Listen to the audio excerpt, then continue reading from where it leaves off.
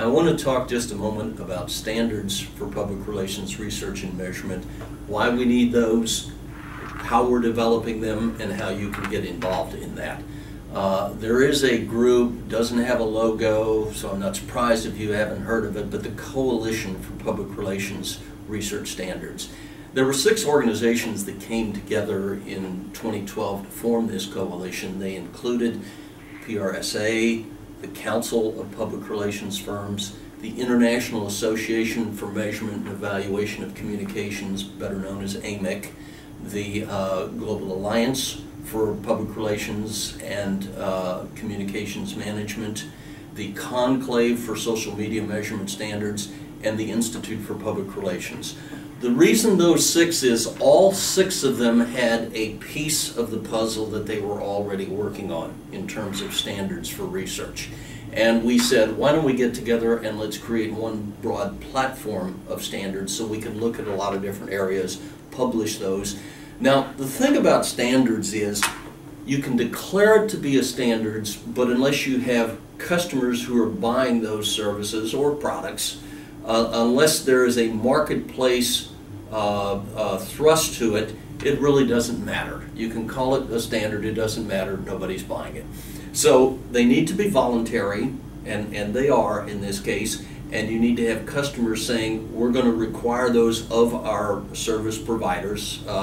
And so we've spent the last couple of years working a process where we've developed standards for traditional media measurement, social media measurement, the whole communications process from awareness through actual behavior, and return on investment, which is a term that we really recommend not using unless you quite literally mean I can put a financial value on the investment and I can put a financial value on the return, and therefore I can calculate a real ROI.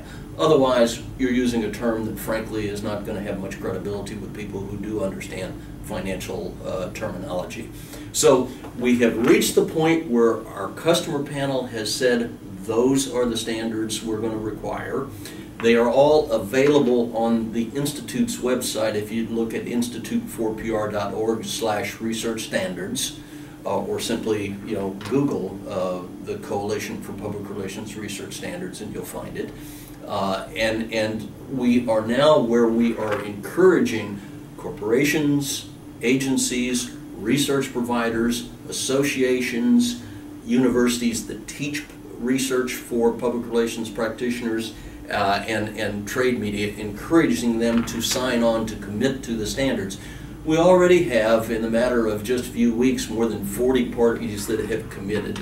We're shooting for at least 100 by September. We think we're probably going to beat that by a wide measure.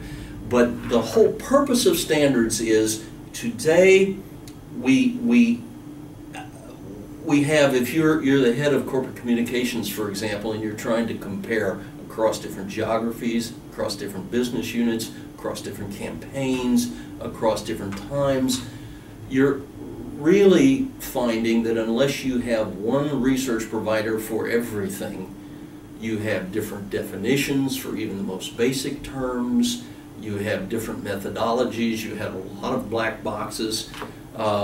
We don't want to stand in the way of innovation. To the contrary, by having standards, you move innovation to a higher level, that at least we've agreed on the basics. That's really what these standards are about. I would encourage you to go take a look, and if you're so inclined, to also commit your organization to the standards.